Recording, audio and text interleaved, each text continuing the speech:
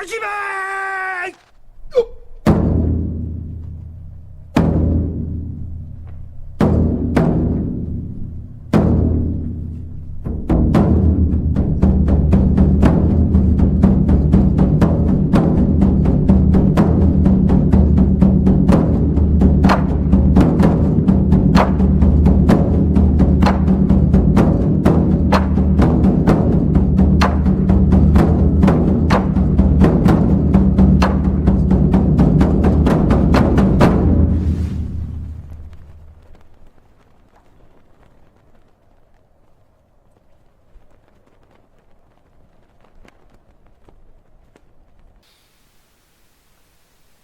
The will. The unfree will is mythology. In real life, it is only a matter of strong and weak wills. Friedrich Nietzsche, Beyond Good and Evil. Welcome, Legionaries. Today is a lecture specifically on the most central aspect of the warrior, indeed of human life itself, the will. What is the will? What's the anatomy of the will? How does one conjure it? How does one conceptualize it? How does one harness it, invigorate it, make it bigger? Conversely, how do we make the enemy's will enervated? How do we make it smaller, more supple, more fickle? How do we break their will? How do we suborn it? How do we extirpate that will? These are questions by which everything else flows, especially in war, where war is a contest of political wills, and ultimately the application of martial and coercive, and also soft force to achieve dominance of the will, or the complete annihilation of the enemy will. In other words, this is the cognitive horizon of the warrior, and it's been true for time eternal. There's a difference between war and warfare. Warfare is the technical way in which the battle of wills happens, and war is the physics of that exact same phenomenon. But forget about all that first. Let's talk about the origins. How does this universe work? And for many of you, especially if you're brought up in the Christian or the Islamic tradition, effectively the world is Neoplatonist, and there's an emphasis on being, right? Which is a static understanding. So you imagine a building.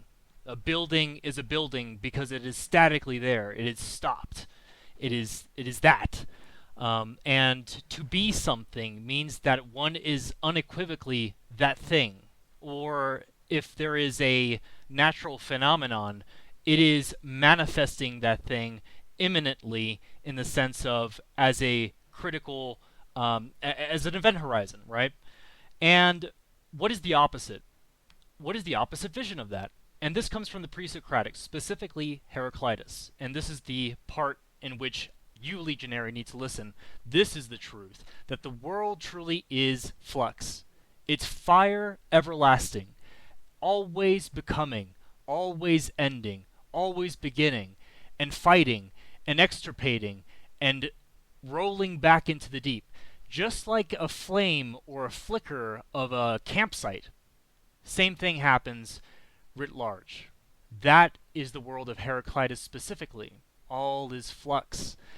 And it is from here that we're able to actually understand how the world truly is, and the fact that we are a becoming, right? So, who is General Lance, right? General Lance there is no ideal necessarily of this General Lance. There is an essence of becoming. Right? So there is a intensity or lack of intensity of this thinginess, this flame. But without making it too abstract, because I'm sure you guys are like, why does this matter? Holy crap. Well, it matters because ultimately you are constantly changing, the environment is constantly changing, and in order to shape the environment, one must constantly act, one must constantly manifest, one must constantly make itself, the ideals, intensified into the world, and that is the reality of life. And all things that are not becoming are going away. So either you're growing or you're dissipating. And if you think about it this way, look at all the static objects you look around, and for instance, let's say a computer, right? You buy a computer, it's in pristine shape. It is just absolutely this thing which exists, and it is its totality as it will ever be, unless you add some stuff to it, right? But let's just, for the sake of argument, this is perfect. We don't need to add anything else to it. Well, what does that mean? It has reached its plateau, and it performs, and over time, friction and decay slowly erode it. The electricity flowing through it will ultimately scar the bronze and cause flakes to stop, and the atoms which are composing of the various compartments and components of the computer ultimately start to degrade, right? There's atomic radiation. Radiation is, of course, the half-life of an atom of a certain type of element, and therefore what happens is that an atom is not always constant, so ultimately, over time, it's important to understand even the basic building blocks of reality is energy. And it retains mass in so that it pushes back in a certain way with a certain energy that makes you perceive it to be a solid lattice, okay? But it's a false perception. The true perception is that it's like a flame that is so strong in energy in this place that a piece of steel is actually a type of fire. It's a type of energy, right? In the words of Heraclitus, it'd be fire, but really what it is energy. And energy dissipates or it accumulates. And here, finally, we have arrived at where we can finally talk about how it is that we human beings experience the world socially, culturally, but also in a practical sense, especially in a military context. You are either a unit or a man or a warrior becoming. You're becoming stronger, becoming more deadly, more proficient, faster, with more integrity, and so on. Or you're becoming less so. It is impossible to reach a Platonic ideal. It is infinitely possible to increase in intensity or decrease in into dissipation, rather. And what is the difference between high and low wills? What is the difference between victory or defeat? Well, my friend, my legionaries, that is the will to power. Concept Nietzsche talks about, but effectively what the will to power is that agent or even irrational force which seeks to express itself, who even consumes other wills, who consumes and extirpates, expropriates, suborns, and arises in combination so long as it comes at its advantage. This is what life is about. Every time we set out ourselves for a future, we are always met by resistance, by friction, by people who seek to undo us. Or, for instance, we may even enter the employ of someone who themselves obviously give you an opportunity, but at the same time, they aim to use you, to harness you, to yoke you, like oxen, towards a certain end. And so ultimately, this is the correct view of how nature is. There is no such thing as being. There is only a conflict to become more or less alive. This, my friends, is the will to power. This is the reality, and this is the very core of what will is in a military context. Now, to cycle back and to talk about the directionality of the will, or rather the anatomy, we talk about going towards something, the will to something, and the will away from things, right? And the best way to, I guess, create the archetype of what it is that would stand in the place, right? Carl Jung is a great guy because he really understands the human psychology. We don't really understand ourselves in abstract terms. We understand ourselves and the world through motifs, mythological motifs that have been inherited to us almost on a genetic, like blood basis, but also on a spiritual one, right? And the first one, so the will away from, is the will to basically conquer the enemy. This motif is what I call the enemy. Now, why is it the away, right? The enemy is not simply a concept which denotes the enemy outside, the guy that you're about to fight, or, if you're a heroic Homeric hero, Diomedes against Agathocles or whatever, no, like, the enemy also is the thing within. It's the voice in the back of your head that tells you to give in, to be weak, to slacken in discipline, to give less, to be a coward. And effectively, it is everything one seeks to overcome. It provides almost a sort of sanctuary or a barrier against which you can start accumulating your own power, your own disciplines, your own training, your own willpower.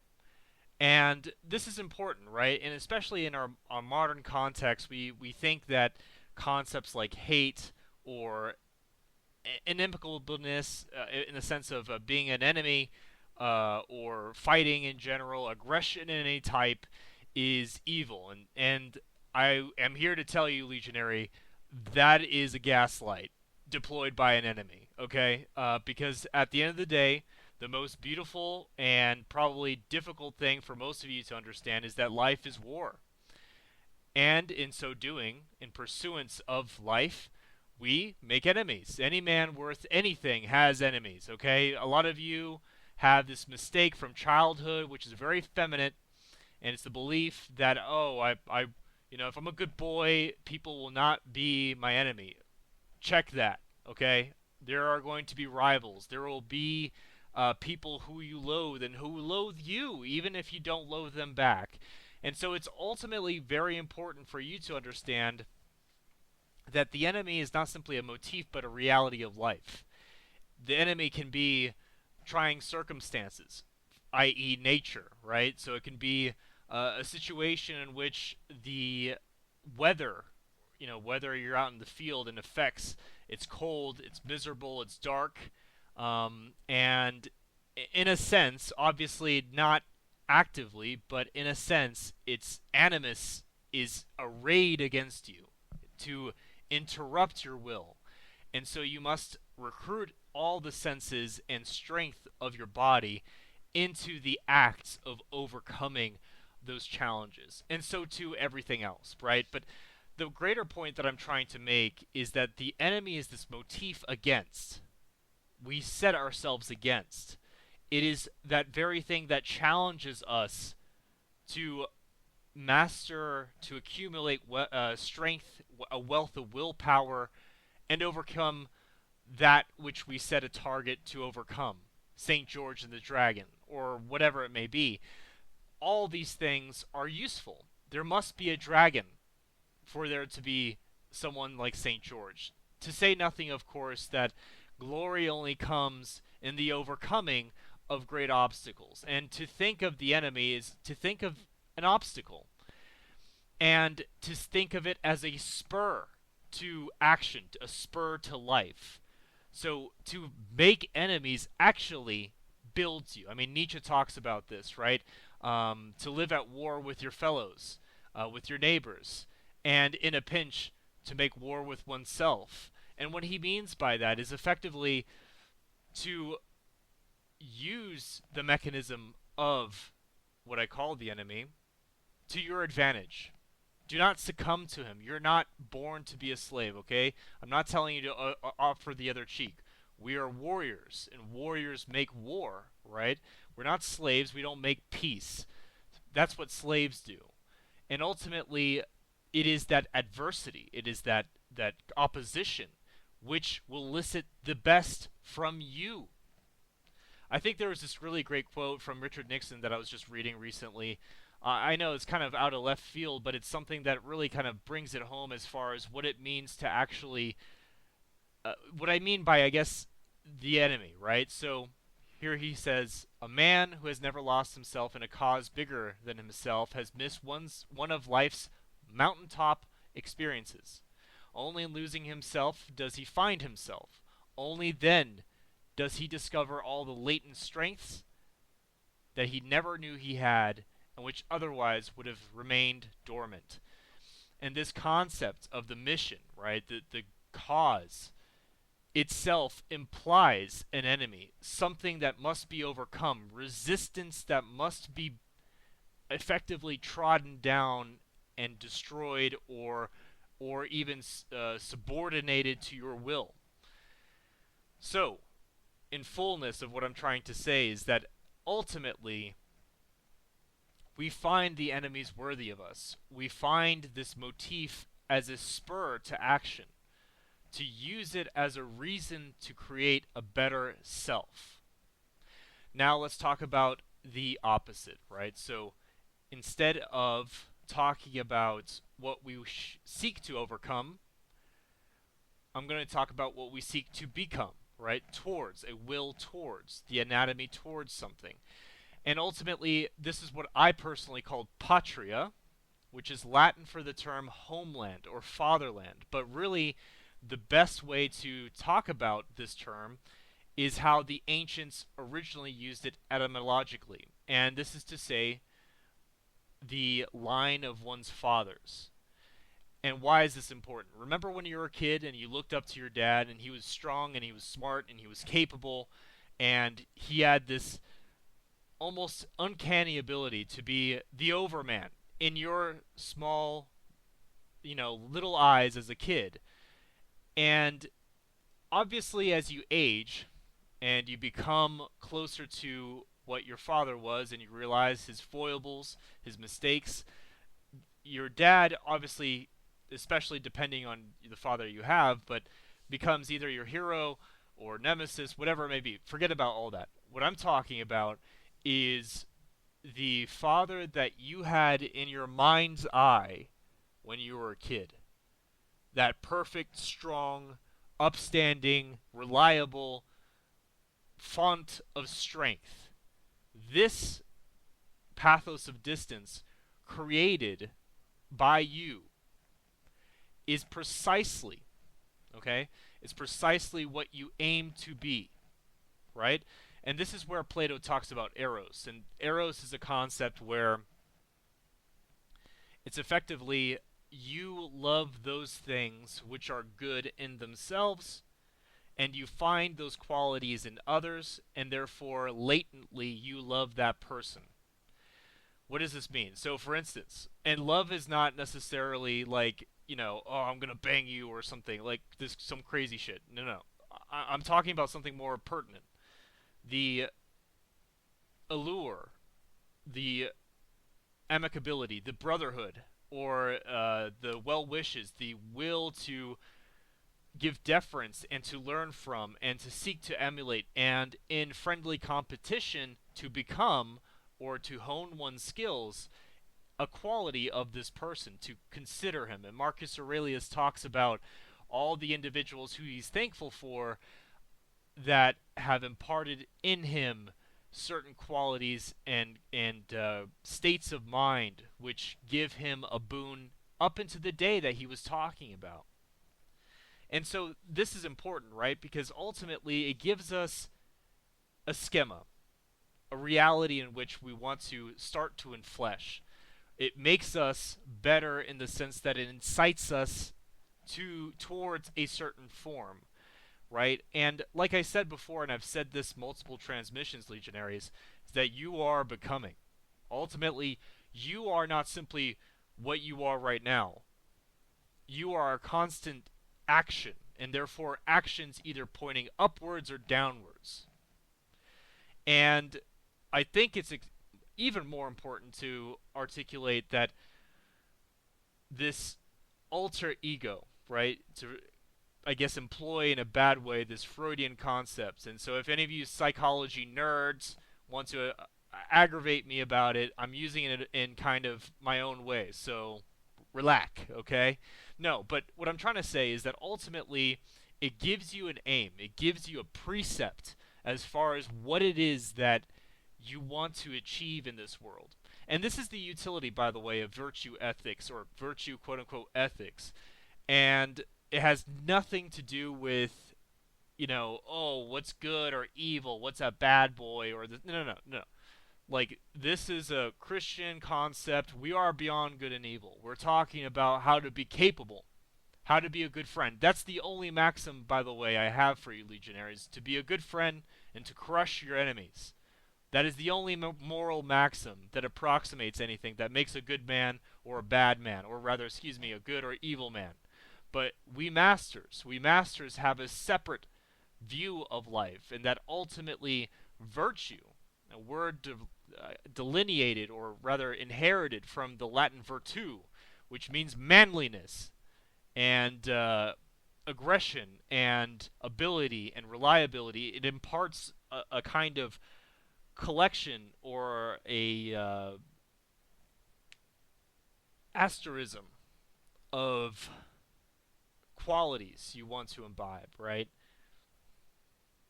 And I talked about this recently, I wrote about it, but I'm going to reiterate it here, is that ultimately the purpose of virtue ethics is threefold. One is effectively to make the case that this virtue can be achieved, first of all, right? And the second one is the exaltation that it's worth achieving. And this is a concept that's really important to kind of meet out, because it's not necessarily simply a utilitarian vision or analysis of this thing, right? Because many of the virtues that we make in ourselves may spell our demise.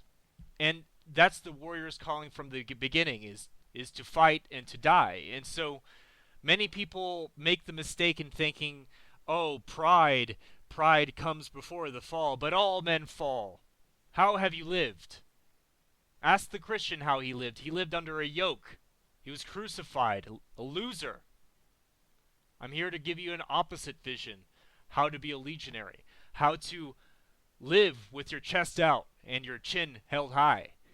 And ultimately, these virtues are a binary of both ability, so it's a heuristic principle in which you're able to employ for oneself to act in an efficacious way, whether in battle or in life, as we intend to live it, but also this term called kalokagathia, and it's a Greek term which, after Aristotle, came to effectively denote the beautiful.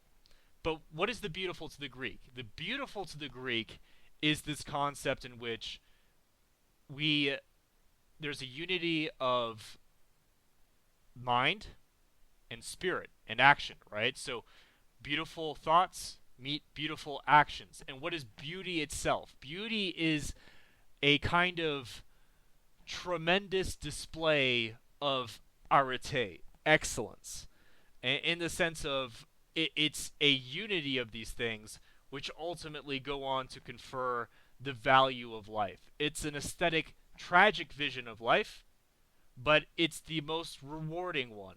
It's in effect, it is the idea that it's better to live a day as a lion than 100 years as a sheep. And I can understand, many of you may be trepidatious, or still others of you may think to yourself, oh, I'm a sheep, I've been living as a sheep, and therefore this thing must be bad, I must oppose it because it will undermine my foundations of who I am. Forget that.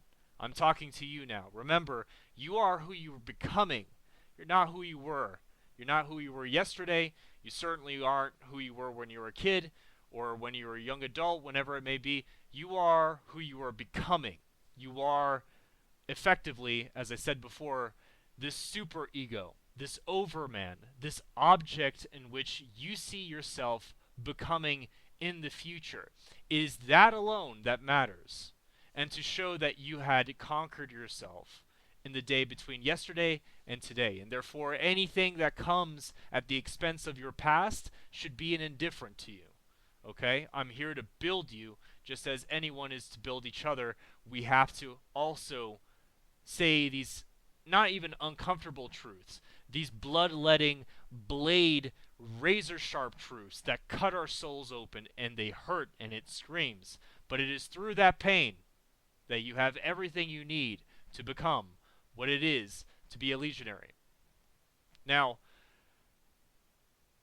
further, the third aspect, remember we're listing all the values of these virtue ethics. The third aspect is visualization. Now, this is a psychological concept, and this is probably the most important thing. So, as I said before, the purpose of virtues, so courage, boldness, decisiveness, these things may or may not come naturally to you. However, what is true to us all is that in the course of our life, we recruit through our minds, in our bodies, the actions by which we act, right? And circumstances, the way that your brain thinks, is thinks in circumstantial situations, which is to say, you will react under artillery fire, right, when you're in a foxhole, in a way that you've been taught, that you've been trained, that you have experienced yourself. Now, the purpose of visualization is to see in your mind's eye the experience that was happening and to affirm a course of action under those circumstances you want to emulate. Okay? And this is really important. So what I'm saying, let's go back to artillery fire. Courage under artillery fire, to be able to keep your shit together under artillery fire. Ultimately, what that means is that you want to imagine what it is to be like, courageous in that circumstance. And this is why we seek out examples of those circumstances in others, those that actually kept their reserve. And a great example is Ernst Junger, for instance. His platoon were in effectively a blown out house, but they were there for rest and recuperation on the front. They were still on the front, and there was artillery shelling that was sporadic, that was designed simply to keep people's nerves on edge, to wear you down psychologically, and that ultimately it unnerved his men. He had to set the example. And the way that he set an example is by leaning his chair next to the windowsill or the door sill that goes outside, so extremely dangerous, and taking a nap. His attitude set others at ease. Now, this is a more direct form of visualization. We see a man who we respect, who is capable, potent, acting in such a way that is what others need to be able to act, right? This is the enthusiasm, this is the concept of joyous leadership, of being able to impart this value. I know it's a weird term, joyous leadership, but we'll get to it at some future time to discuss sober optimism. But the greater point that I'm trying to make is perception is reality. This is why ultimately virtue ethics, or rather reading stories of men and women who do brave things, are important to us. It's because ultimately they serve as a framework, as a vision of how one wants to act, how to attain arete, how to be beautiful, kalokathia, right? And to be someone that has that beauty is called kalos kagathos. And so ultimately, the greater point that I'm trying to make for you, Legionary, is that visualization, when you read about the acts of men and women in trying circumstances, in adversity, what you're doing is subconsciously and consciously, obviously, but subconsciously conditioning your brain to act in those ways. Now, this is important because the way that your brain and your body interact is one and the same. There's no dualism. There's no spirit without the body, and there's no body without the spirit. And the reason why that is important to explain is because ultimately your brain recruits your body. It becomes one and the same thing. And what that means is that you are simply the accumulation of your thoughts and your habits, or your habitual thoughts. And this is the kernel of why it's so important to not watch things that diminish you and to see things that make you great. It is also why it's important to be a bigot against concepts which come at your expense. There's a reason why we don't have mercy for others, is because we don't want that mercy imparted on us for weakness, for cowardice, for lack of integrity. Liberals have this twisted. Forget it's justice has less to do with what the other is doing. It imparts itself as a value on the one holding justice and imparting justice on that individual. This is why ultimately discipline, especially back in the day when there was flogging of soldiers and the Roman practice of basically every 10th man decimation, being executed by his fellows. Ultimately, it has less to do with buy-in and skin in the game, and it has everything to do with conditioning concepts in your mind, habituating pathways in your mind that act in a certain way. What makes you think that your lack of mercy won't also impart, maybe latently, a value of a lack of mercy to oneself? And as a soldier, when one is disciplining oneself, that is probably the most important value you can impart. We have discipline, and so we give discipline. We give discipline, and so we imbibe discipline. Does this make sense? And so ultimately, visualization is about effectively conditioning yourself into a certain thing. Now, I don't want you going crazy and thinking, being extra sensitive towards, bad stuff, or extra, hard ass about holding the line. But ultimately, the greater concept that I'm trying to elucidate is that you should care. Now, there's a baseline. And you should think of this like going to the gym, right? We all lift, right? We go to the gym to get bigger muscles. Some people are tall, some people are short.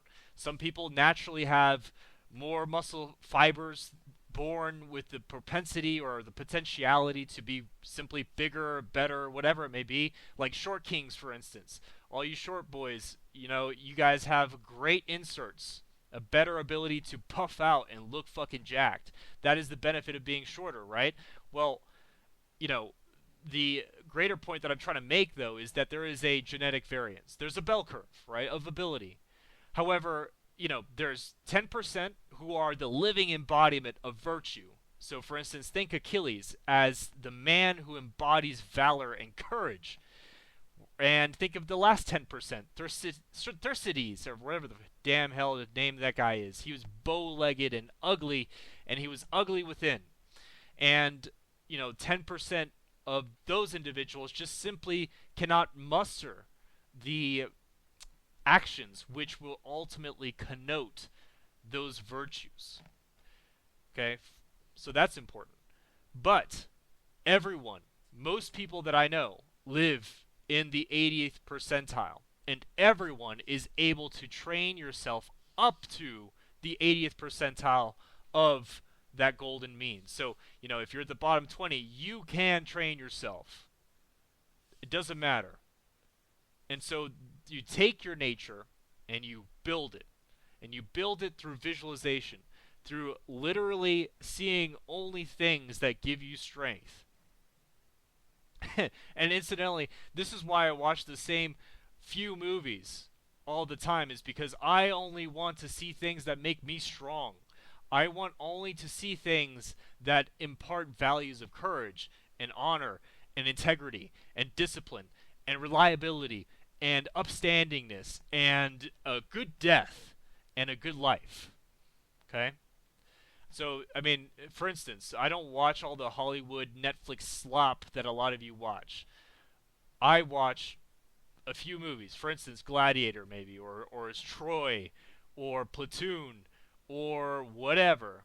I use these as a metric for my own actions, and the ancients used the Iliad for their own. And what it meant to be kalos kagathos in the body of Achilles, how to emulate Achilles, because they read about him and they wanted to be him, and so they mimicked him and they visualized what his actions would be in every circumstance and acted as though they were Achilles. And in other words, Achilles became their hero, their super ego. And this is important. I want you, Legionary, and this is directive, to find who it is that you admire most, who it is that you want to impart those values upon yourself. For me, even as a young boy, it was to be Caesar, right? And this is kind of like, mass drop, like persona aside, in all reality, this is the truth, right? I've loved Caesar since I was a kid. Now, back on. So here's the deal, is that ultimately Caesar was components of prince, so leader, governor, politician, right? Yes, all those things. But he was an artist. He was a soldier, a competent and genius general. And he had certain qualities about him which were part and parcel of his greatness. So ultimately, his courage, his stoicism, his temperance, but at the same time, his manliness, his enjoying of the women. I love women. I'm a big women guy, right? So ultimately, in all like reality, you need to find these archetypes because it helps recruit those latent memories, those latent pathways in your brain. And ultimately, there's this thing called like intuitive marksmanship, where you're basically training marksmanship, Jesus, I can't even talk, so much that you don't even need to aim down the sights. You need to get to the point of marksmanship in which you're not sure if you open both your eyes or one eye or what it is exactly, the process under which you pulled the trigger and lay true as a mark and found your mark. God damn it, Sergeant Barnes, I need another friggin' drink of Jim Beam. God damn. No, hold on 1 second. Let me take this drink. 1 second. Okay. Alright, I love Jim Beam. So if any of you want to send some bourbon to my command post, I will be leaving a description, or you can buy any of the damn books that I have, so that way I can stock up on my alcoholism. Good to go? Alright, no, just kidding. But in all seriousness, though, that is the purpose of yourself, of thinking about these things, is because ultimately you need to ingrain in your subconscious actions. They need to become habitual. They need to become reflex. And this is the secret of soldiery. It's very easy to know about basic concepts of soldiery. Find, fix, flank, finish. Or to, do an L-shaped ambush. It's very easy. What makes great soldiers stand apart is that they did those drills, those concepts, those actions, those, battle actions, those drills, battle drills, thousands of times, hundreds of thousands of times, 10,000 hours, mastery, and so made it a part of themselves, to the point where their rifle was as part of their body as their arms or their legs. And this is what you can do also with temperament. To a certain degree, you can adjust your nurture by a lot, by a very sizable margin, to the point where it can almost be conceived as almost your latent ability to be that thing. Even though maybe in your heart of hearts you know that's not the case, you can become something by habitual action constantly. So courage. Act in courage. Visualize courage. See stories of courage. And just brainwash yourself. And act in those ways repeatedly over and over and over again until you accomplish those things. And so you become it. And so when push comes to shove, when you're in the shit and rounds are coming down range and rounds are going down range, ultimately you act and you take the initiative and you have that leadership bearing of confidence and courage and valor because you have done it so many times in your life, because you have chosen and saw so many examples in your life. Now, the opposite is true, and this is why I advocate for censorship, by the way. This is why I advocate for counter what I call communism, but it really, at depth, I think it's important to elucidate what I mean by the enemy. So my enemy, now to give you further, Caesar has always been my idol, my archetype that I want to fulfill, and the enemy, to me, has always been the communist bugman. Now, the way that I visualize communism isn't what you probably think in your head is a communist, right? To me, it's what communism is at base, what its meta is, and it's effectively mediocrity. It's the masses, it's the hoi polloi, it's the weakness, it's the loser, it's the people that have no control over themselves, have basically all kinds of ugliness and cowardice and weakness and indiscipline and pettiness imbued in one thing, the bugman, the bugman, disgusting. And the Greeks, for them, the bugman, the enemy, the person who was completely shorn of all honor, of all emulation, was Thersites, right? He was bow-legged and bald and petty and gadflyish and lacked constancy and integrity. He was just the cumulus of all things profoundly bad about a man. But also, at the same time, the communists, as we know, are extremely capable. They're extremely... they almost use these things which are evil about them, quote-unquote, as a weapon. Because they make all other men weak. They make all other men indisciplined. They make them all other men ugly and conniving and petty and duplicitous and cowardly. Right? This is why, for instance, World War I. There were two books you could read. One, which is war-affirming, life-affirming, virtue-affirming, master morality, soldier-affirming, which is Ernst Junger's Storm of Steel. Or you could be the Democrats, communists, weak, cowardly, POS betrayer, which is what the story of All Quiet on the Western Front is. And notice that pacifism is the cause of all slaves, really. They want peace, because through peace they rot you from within. And so ultimately, the greater point that I'm trying to make here is it's important to make sure your diet does not include defeatism, cowardice, basically all the things you do not wish to see as part of yourself. Even in movies, concepts such as watching certain types of things, and this is, by the way, the actual problem with porn, is that when you watch porn, you become a cuckold because the way that you see porn is by seeing another dude bang a woman. And as a man, what that implies is that you're seeing someone more alpha than you fuck. And despite all their copes and everyone that thinks these people are mentally ill and they're lying to you. The truth is that these people get off on being weak.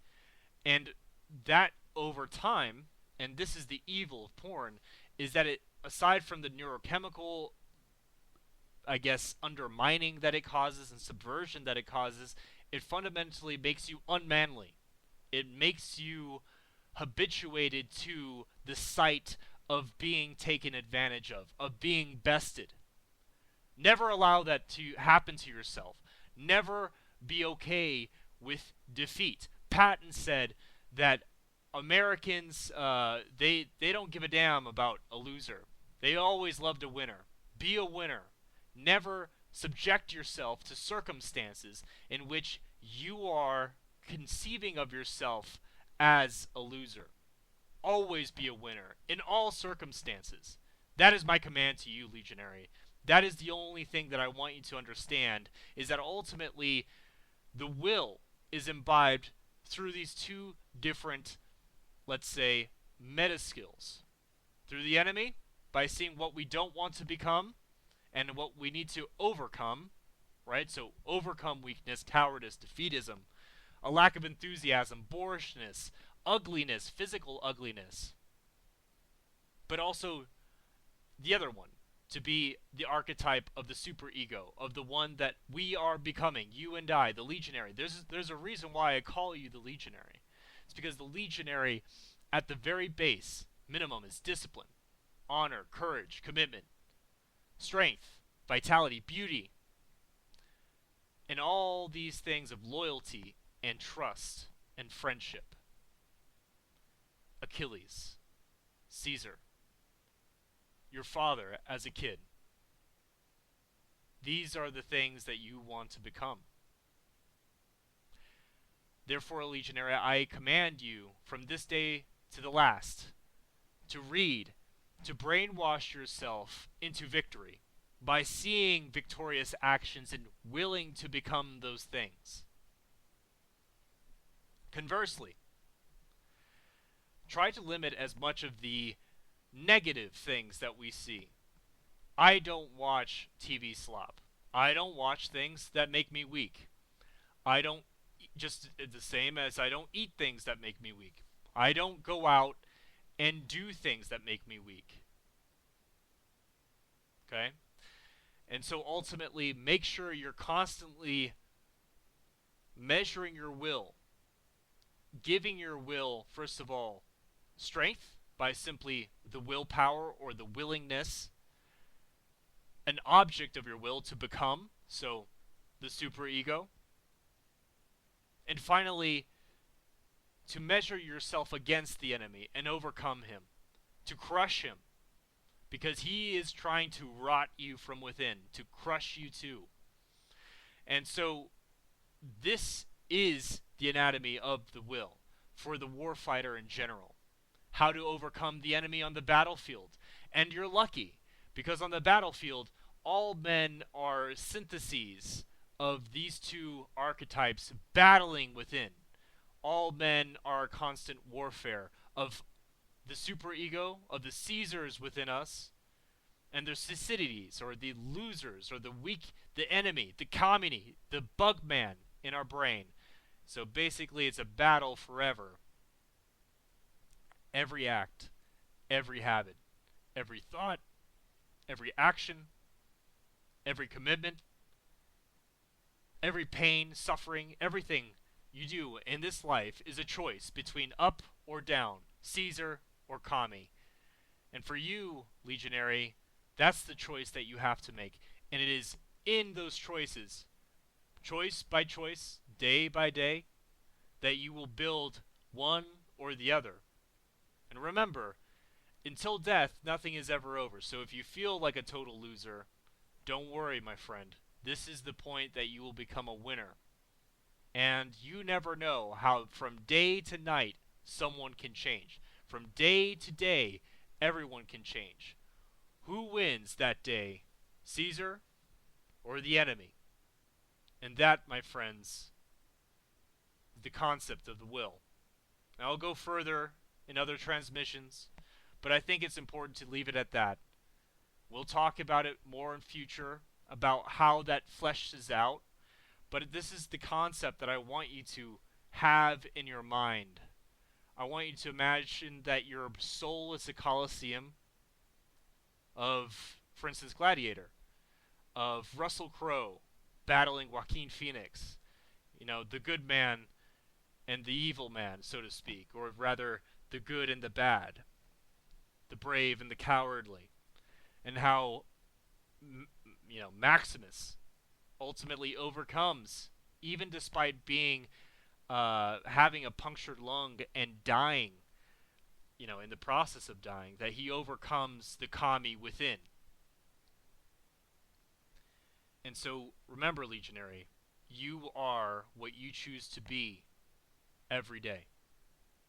Every day. Every act. No victory is final. No defeat is catastrophic. So if you are high on the hog today, maybe you're the shit. Maybe you are physically fit, mentally tough, spiritually devout. Well, you just earned it for today, buddy. That can all go downhill. So the discipline needs to be constant. The victories over yourself need to be constant. Constant discipline. Run towards pain.